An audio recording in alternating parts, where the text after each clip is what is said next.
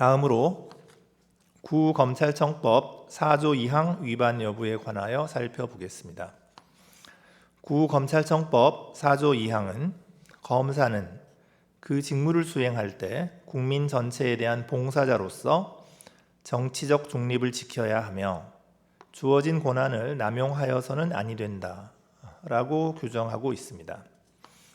피청구인은 수사정보정책관으로서 중요하고 광범위한 수사 관련 정보를 지속적으로 보고받았고, 이는 일선 검찰청에서 실제 수사의 단서나 참고자료 등으로 활용될 가능성이 있었으며 2020년 4월 3일 및 2020년 4월 8일은 21대 국회의원 선거를 불과 며칠 앞둔 시기였으므로 피청구인은 수사정보정책관의 업무를 수행하는 검사로서 정치적 중립을 철저히 준수할 헌법적 책무를 부담하고 있었습니다.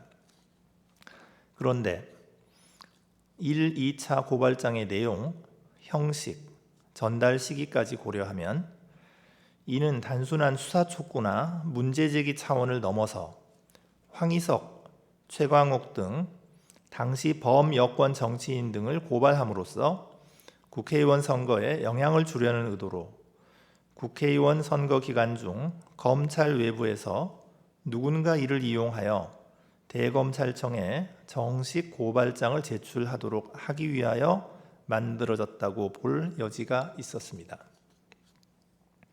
피청구인은 제보자 X가 지현진임이라는 텔레그램 메시지를 자신의 휴대전화에 직접 입력하였고, 이 사건 실명 판결문 및 위와 같이 정치적인 의도가 포함된 1, 2차 고발장 사진 등을 담은 텔레그램 메시지를 원본 생성하여 누군가에게 전송함으로써 정치적 민감성이 아주 높은 정보를 생성하여 전달하였습니다.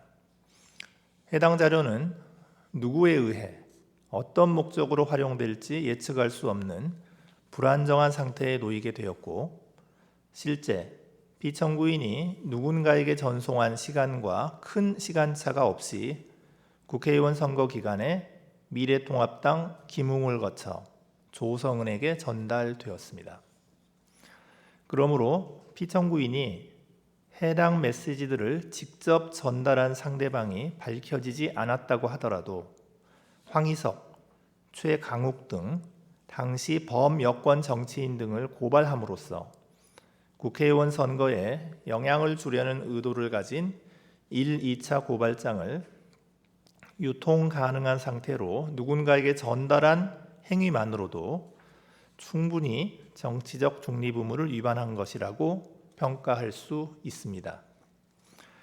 그렇다면 피청구인은 검사로서 그 직무를 수행할 때 국민 전체에 대한 봉사자로서 정치적 중립을 지켜야 한다는 구검찰청법 4조 2항과 나아가 공무원의 공익실현 의무를 천명한 헌법 7조 1항을 위반하였다고 판단이 됩니다.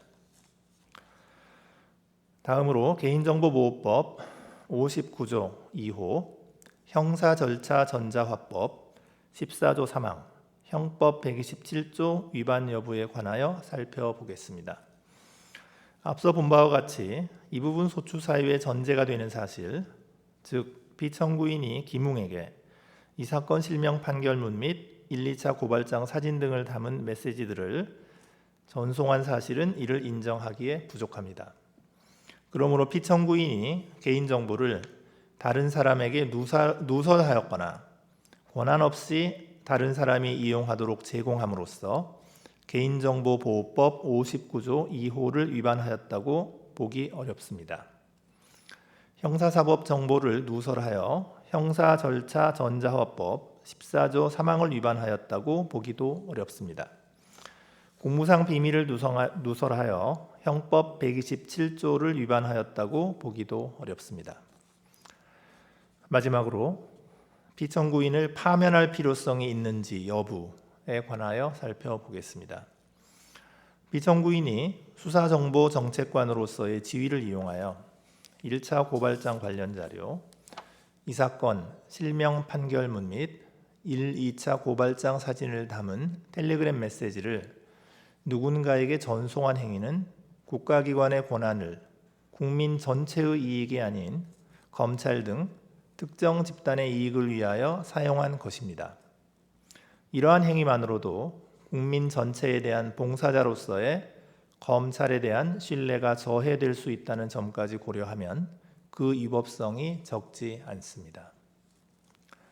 그러나 피청구인이 이 사건 실명 판결문이나 1, 2차 고발장이 실제로 어떤 경로를 거쳐 어떻게 활용되는지를 통제하거나 이를 지속적으로 확인 관리하였다고 볼 객관적인 근거가 없고 피청구인과 김웅, 나아가 미래통합당 사이에 명확한 연결고리는 드러나지 않았으며 실제 1, 2차 고발장이 이 사건 선고일까지 대검찰청에 접수되지 않은 점, 이러한 고발장의 존재가 언론 보도 등을 통하여 외부로 알려진 사실도 없으며 이 사건 선거에 활용된 사실도 없는 점 등을 종합하면 피청구인이 법질서에 역행하고자 하는 적극적인 의도로 법률 위반을 하였다고 보기에는 부족합니다.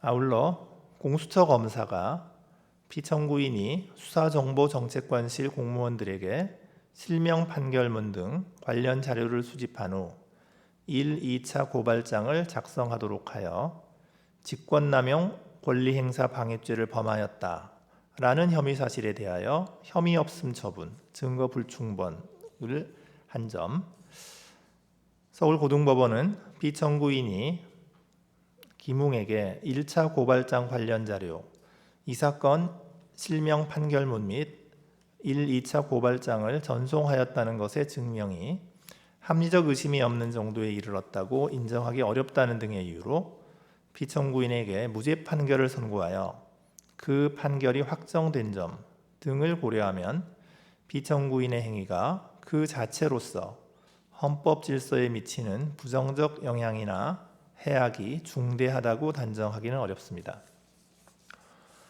결론적으로 피청구인의 일부 직무집행 행위가 헌법과 법률을 위반한 것이기는 하나 피청구인의 법률 위반 행위가 헌법 질서에 미치는 부정적 영향이나 해악의 정도가 중대하여 피청구인의 파면을 정당화하는 사유가 존재한다고 볼 수는 없습니다.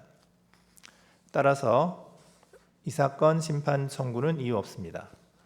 탄핵 사건이므로 선고 시각을 확인하겠습니다.